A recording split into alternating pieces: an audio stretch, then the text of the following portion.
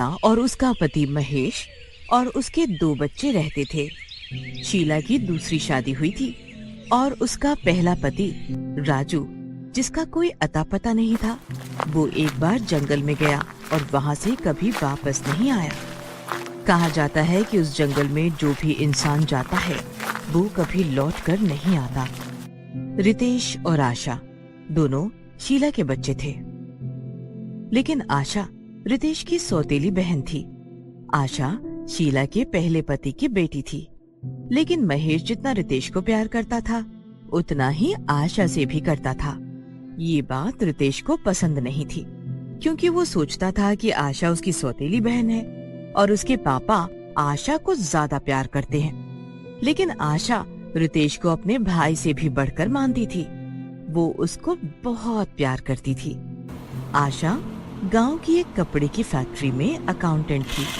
वो पूरे गांव में सबसे ज्यादा पढ़ी लिखी थी। आशा को देखकर उनके माँ बाप रितेश को भी पढ़ाई करने के लिए बोलते थे, लेकिन रितेश को पढ़ाई करना बिल्कुल पसंद नहीं था। आशा जब भी फैक्ट्री से आती थी तो रितेश के लिए कभी मिठाई तो कभी नए नए खिलौने लेकर आती थी। एक दिन आशा रितेश के लिए नई शर्ट लेकर आई। रितेश, रितेश, कहाँ है भाई? देख, मैं तेरे लिए एक तोहफा लाई हूँ। आशा वो तोहफा रितेश को दे देती है। मुझे नहीं चाहिए ये तोहफा, तुम इसे अपने पास ही रखो। और हाँ, मैं तुम्हारा भाई नहीं हूँ, तो मुझे भाई मत बोला करो। आशा रोते हुए कमरे में चली जाती है।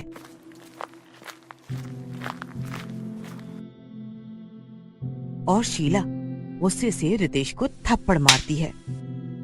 रितेश, ये कोई तमीज है अपनी बड़ी बहन से बात करने की? जा अपने कमरे में। रितेश गुस्से में रोते हुए अपने कमरे में चला जाता है।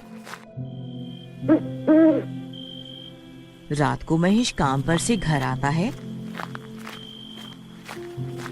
और घर में सन्नाटा देखकर वो शीला से पूछता है, शीला, आज घर में इतनी शांति कैसे है? दोनों बच्चे कहाँ गए?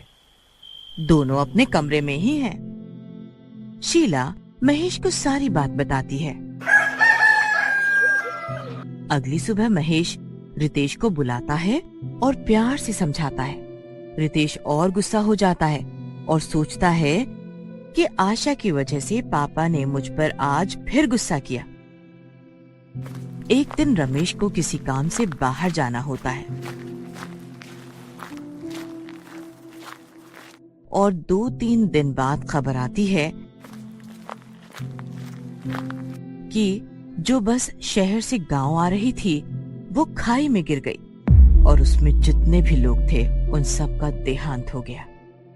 ये सुनकर शीला बहुत ज्यादा उदास हो जाती है, क्योंकि उसके पहले पति का भी जंगल में जाने के बाद कोई अता पता नहीं है।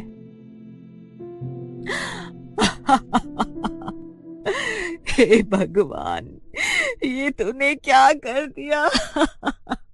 मेरे पहले पति को भी तूने मुझसे दूर कर दिया और अब इनको भी तूने मार दिया।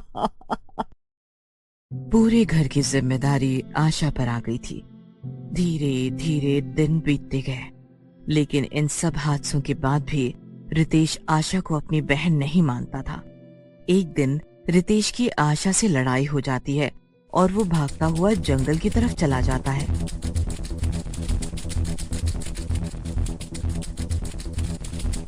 उसे रोकने के लिए आशा भी उसके पीछे भागती हुई जाती है।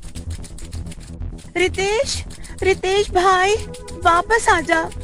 मैं कभी तुझसे लड़ाई नहीं करूंगी। वापस आजा भाई। लेकिन रितेश जंगल से बाहर नहीं आता है। रितेश को तो बाहर लाना था, इसीलिए आशा खुद भी डरते हुए जंगल की ओर चली जाती है। वो रितेश को आवाज लगाती हुई जैसे ही आगे बढ़ती है, उसे जंगल में आग जलती हुई दिखाई देती है। वो उस आग के पीछे पीछे जाती है और देखती है कि वहाँ पर कुछ लोग बैठे हैं और वो सिगरेट पी रहे थे और आपस में बातें कर रहे थे। ये सब देखकर आशा एक पेड़ के पीछे छुप जाती है। ये लोग कौन हैं और यहाँ पर क्या कर रहे हैं? मुझे छुपकर सब कुछ देखना होगा। वो देखती है कि 3-4 लोग बहुत बड़े बड़े डिब्बों को एक ट्रक में रख रहे हैं। वो चुपके से एक डिब्बे को खोल कर देखती है तो उसमें ड्रग्स होता है और वो डर जाती है। फिर वो पेड़ के पीछे छुपकर सब देखती है। तभी उनमें से एक आदमी उठकर अंदर की ओर जाता है। आशा भी चुपके चुपके उस आदमी का पीछा करते हुए अंदर की ओर चली जाती है। वहां जाकर आशा हैरान हो जाती है।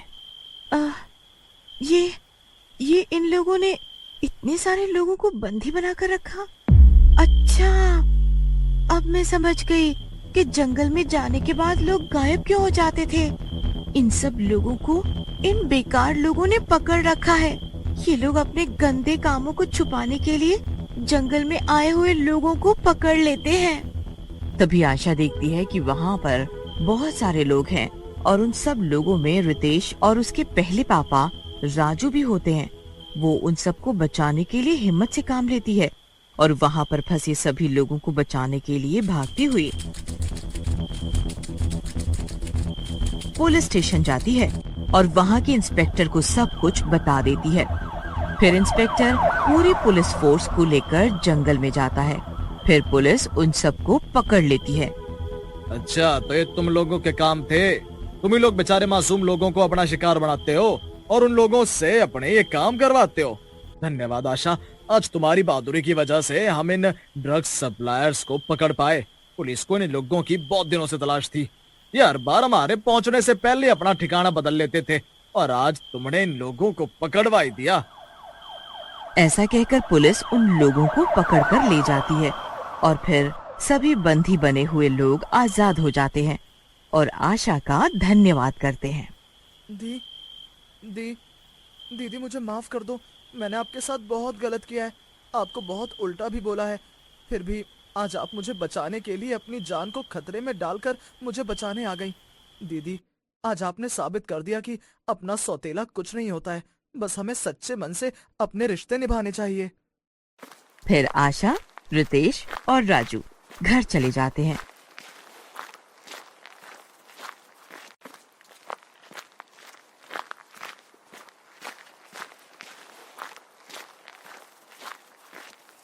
और राजू को देखकर शीला हैरान हो जाती है। फिर राजू शीला को सारी बात बताता है। फिर वो खुशी खुशी रहने लगते हैं।